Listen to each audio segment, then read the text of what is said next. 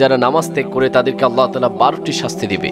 তার মধ্যে 3টি শাস্তি দিবে দুনিয়াতে, 3টি শাস্তি দিবে মৃত্যুর সময়, 3টি শাস্তি দিবে কবরের মধ্যে এবং বাকি 3টি শাস্তি দিবে আখিরাতের মধ্যে। টোটাল 12টি শাস্তি দেওয়া হবে। আসুন আমরা জেনে নেই দুনিয়াবী জীবনে কোন 3টি শাস্তি দেওয়া হবে। এক নম্বরে হাদিসে মুবারকার মধ্যে এসেছে, যে ব্যক্তি নামাজ ত্যাগ করবে, বিশেষ করে যে ব্যক্তি ফজর, জোহর, আসর, মাগরিব, ইশার নামাজ পড়বেন, আল্লাহ তাআলা তাদেরকে দুনিয়ার জীবনে 3টি শাস্তি দিবে।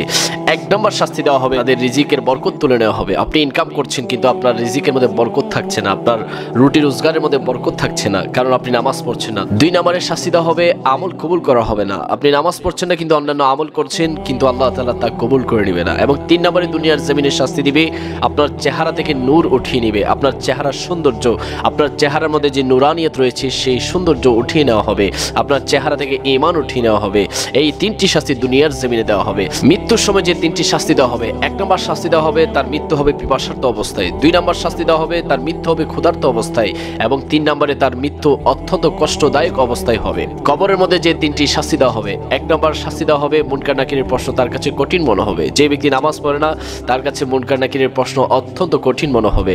2 নম্বর কবরের মধ্যে শাস্তি দেওয়া হবে, কবরটা তার জন্য অন্ধকার হয়ে যাবে এবং 3 নম্বরে কবরটা সংকীর্ণ হয়ে যাবে। কবরের উভয় পাশের মাটিগুলা ঠাস ঠাস করে তাকে চিপতে থাকবে, তার বুকের উভয় পাশের হাড্ডির পাঁজরগুলা ভেঙে চুরমার হয়ে যাবে। এবং আখিরাতের মধ্যে যে 3টি শাস্তি দেওয়া হবে, 1 নম্বরে তার হিসাব নিকাশ অত্যন্ত কঠিন হয়ে যাবে, 2 নম্বরে মহান আল্লাহ তাআলা তার উপর রাগান্বিত থাকবে এবং 3 নম্বরে তাকে জাহান্নামে নিক্ষেপ করা হবে। সুতরাং এই 12টি শাস্তি থেকে যদি আপনি রক্ষা পেতে চান দুনিয়ার জমিনে অবশ্যই 5 ওয়াক্ত নামাজ আদায় করতে হবে জামাতের সহিত। 5 ওয়াক্ত নামাজ কখনো মিস দেওয়া যাবে না।